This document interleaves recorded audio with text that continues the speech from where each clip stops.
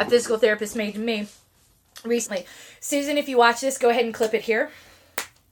We'll start the highlight for whatever we're going to call this. So I know that when I say lock the back, that's a difficult-ish cue.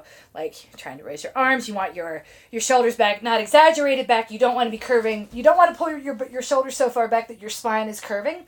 All we want to do is draw those shoulder blades together, right? And when that happens, your TVA down here in between, that muscle in between your hip bones, that locks automatically. It just turns on. We don't need it clenched because we don't need you bending forward, right? Again, we don't want the backward bend from this or the forward bend from thinking about that. So that forward bend is what got me in trouble.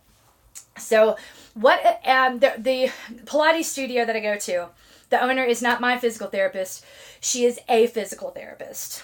And I like her a lot. Alex Lanton is my physical therapist, period. But, he doesn't own a Pilates studio. So I go there, and I know that the people, that all of the instructors are under the supervision of a physical therapist at all times. So an offhand comment that one of them made that really perked my attention up was to a new student. And they talked about this, and I've been in Pilates now since my SI joints started going a little wonky, let's say December 2016. I should have started sooner and just didn't. Because I didn't want to. Fuck Pilates. Who wants to be the Pilates doing minivan driving mom that everyone made fun of in the movie Bad Moms? Not me. I'm Mila Kunis. I'm not Christina Applegate. Screw that. So I put it off, asking, do I want to do this, and not rather, a medical professional has advised me to do this. So the comment that she made offhand, and something that they start drilling into you when you first show up in Pilates, is this whole idea of knitting your ribs together. Exhale, because all of this, when we hold our breath to make our waist smaller, this expands, and this doesn't actually get smaller, or we flex the TVA. And notice what happens there. This bulges out. So it's really hard for me to replicate because I've been doing it correctly now for so long. And this is something I really couldn't do until after Violet was born. And then they were just over and over and over again.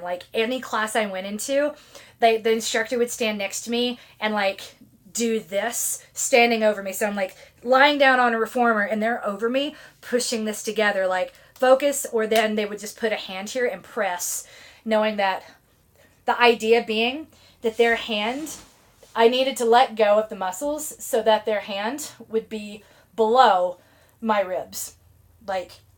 Ribs up here, hand down there, if that makes sense. So not below this way, but below that way from lying down. You feel me? So sitting up, it's a harder thing to do.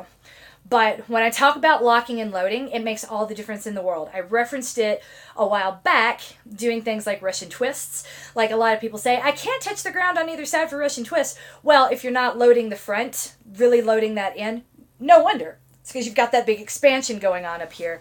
We're going to try this one time from the side. That's kind of what it looks like. People are like, I'm holding it in. They're sucking it in, but then this bulges out at the top. So what we're trying to do with the load is sitting up nice and tall, lock your cage, big exhale, and then keep pushing. Okay? Because it's not about sucking in, it's about pushing in with this muscle. Big deep breath, so it's just kind of sitting. I know, right? It's a big difference when you're just sitting. Sitting, not thinking. Lock. Load. Okay. That is a big difference, right? So that's the difference between the Instagram models that look a little round and the ones that are getting those angles and the lighting just right. So when you think about it here, if you think too much about bringing the bottom part of your rib cage together, the reason I don't say things like knit your ribs together, it makes sense when you're lying down. It's a lot harder. When you're sitting up, again, that's a cue that's going to make you bend forward. I'm trying. Like me trying to make cleavage. I don't have any. I'm trying. no, and they still don't touch because I have blinkers instead of headlights, whatever. It is what it is. Don't try to make headlights out of blinkers with your ribs. That's not what we're here to do. All we're trying to do, because it's a narrowing of your waist as well. Notice here. For me, it's also the creation of a waist. So that's what I'm still working out what cue is going to articulate that well. I just like locking and loading going together because this is such a strong feeling when your back is locked and your front is loaded, and you're standing up straight, you're tall, your posture changes, everything sort of like fires, and it's a really neat place to be, and that's where I want you guys to be too. So the reason that this matters and we really need to nail this cue is that when all of this is working together, you're supported. So think of it like when you're going down, right? When you're going down to like do little pulses, this is doing nothing right now. It is possible to do this without using your glutes. It's also possible to do a full body exercise without using your cage. And then everything's just hanging there, right? So we want to like lock, load, then go down, and all of a sudden you're supported here, and this workout takes on a whole new meaning. And all of a sudden, so it takes a lot of strength, a lot of basic strength to build more strength. But this is where I think from forevermore, I'm going to make people start. Because this was something I could not do going into Philly, after Philly, before the baby.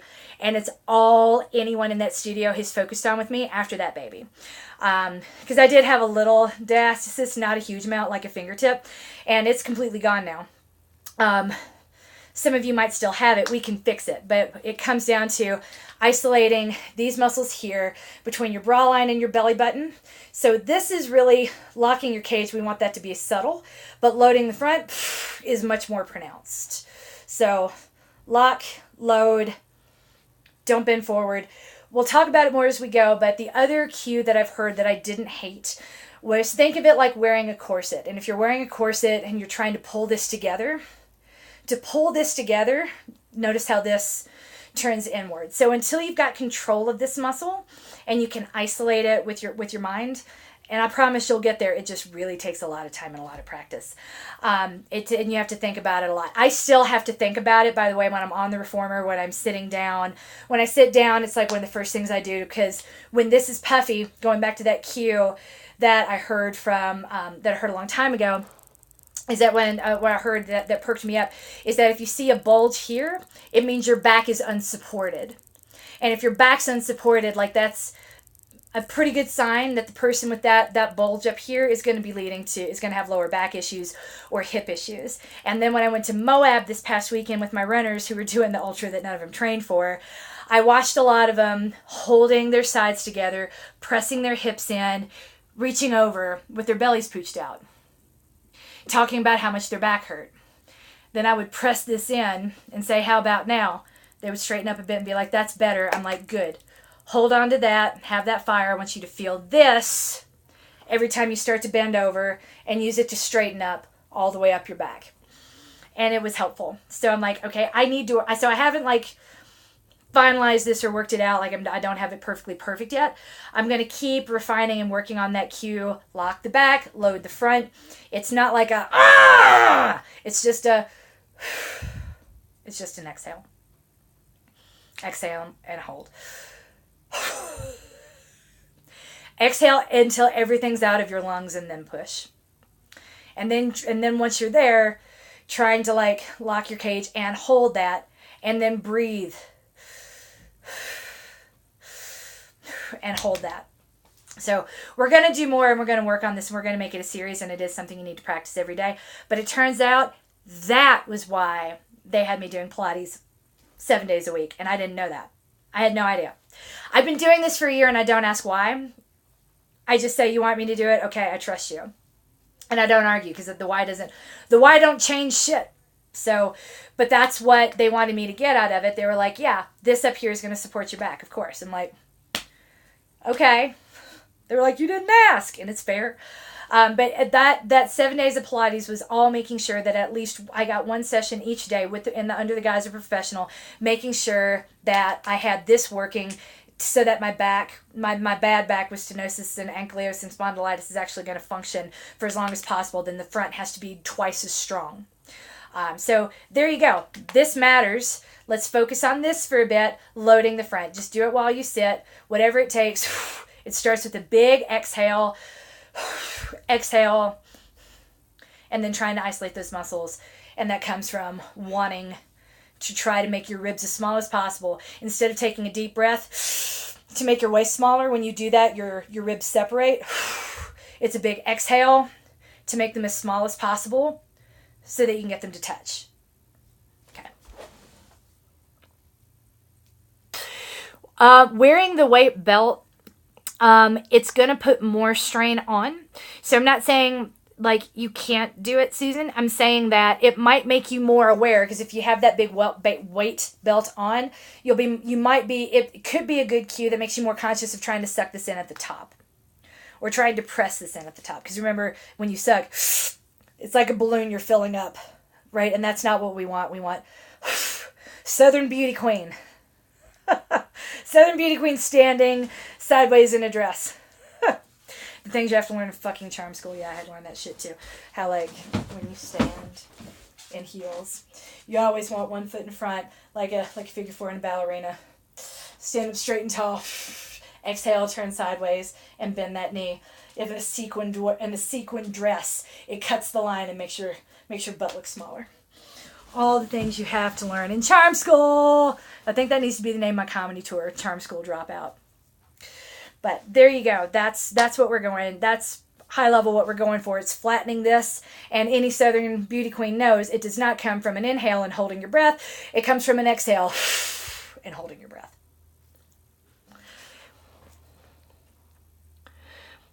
You know what? If that works and that helps press it in, that's fine. They actually have a corset in the studio.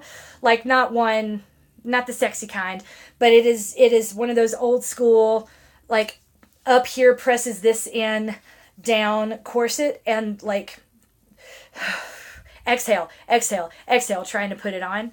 And I've watched them struggle with a couple people with that now, enough that was kind of what got it. So I don't know, maybe take a dress that's too small and like try the exhale, trying to like pull it closed in the front. And that could replicate it really well too. We'll keep playing over time and try to figure it out. But yeah, it is a skill that takes a while to master. So and honestly, I don't really think it's sunk in until maybe November. So I've been going 7 days a week for well over a year by that point. Granted, I was pregnant through a lot of it, but I gave birth in January. So from January until November, that's 11 months before I was aware of like, yes, I can do this. Oh, wait, I am doing it and I'm not even thinking about it. And see, I'm doing it now when I'm leaning forward. And it's all, again, to support my back as I lean forward. It's a good habit. So yay for good decisions. Yay for good habits. I don't know if that helped at all, Susan, and 3 Days at the Fair people, but this loading thing is going to be more important as the closer we get to 3 Days at the Fair and the closer we get to the 50-mile mark. You have a corset? Pull it out. Pull it out. It doesn't really matter how small it is. It's not about wearing the corset. It's about trying to get it to close. Okay? And thinking about, how do I physically make my waist smaller to get this corset on? And it doesn't come from inhaling. It comes from exhaling and pressing in. And we're not going to be doing that like you're wearing a corset while you're running, right? It's not about, when you get out there. It's just about pressing out, standing up straight, and making sure your spine is supported, especially when you start to get tired. So again, don't overachieve. This is not like when we do a bicep curl and you're holding something really heavy and you're struggling and you're straining. We don't need to do that while we breathe. And we don't need to do that while we run. Right? This isn't about struggling and straining. It's just about awareness in here and something that's so strong, it locks without working. And locks is not the same as full flexion. Right? So if you catch yourself like pushing really hard, going all Hulk Hogan on it, you're not doing what we need to do. This isn't about going hard. It's about going smart, and smart is subtle. Smart is an hour of Pilates every day for 18 months, not knowing what the fuck that's going to add up to or why you're doing it. Or maybe that's stupid. I don't know. I'm leaning towards smart. So that's kind of, If you find yourself pushing for it, probably not doing what we need to do, right? So locking your cage is a super subtle move, and so is loading the front. But while we're learning how to load the front, it's going to feel a lot more forceful because it's just like an extra exhale at the end of your exhale. Okay, go practice, go play. Let me know how that works. Give me feedback on that cue. Did it help? Did it not? If you have mastered it and can think of a better way to articulate it, let me know. I've been Googling like crazy. I've been asking every yoga and Pilates person I see for a better cue. And, you know, it's really hard if someone's not touching you and kind of pressing. But it also starts on the floor at a neutral position with your spine just off of it. And here's what I mean by that. When you're lying down on the floor in Pilates, when you're lying on the reformer in Pilates, right, this is neutral. Neutral, it's not an exaggerated, it's not a hyper curve, an intentional curve. A neutral spine just means my butt bone's touching the floor and my quads are turned on and I'm ready to push and my shoulders are touching the ground. That space underneath is how you know I'm in neutral. So most people come and they try to do this. They're like, and then they come and they push. Draw your belly button towards your spine without letting your back touch the floor. Because usually people come and they do this, and that's not what we want. We want to keep the back off the floor. Exhale, and when you exhale, this presses toward your spine and your back goes in too. So this is much more exaggerated than what you want to do, obviously, while you're running, but making that small. See how that kind of my rib cage goes from out to in. That's the knitting of the ribs. Knit them in and knit them together. So once again, I don't know if that's helpful. I'm just trying to make sure y'all feel coached and loved and have some idea of what I'm talking about because it's just hard. Yay! I'm going to take a shower.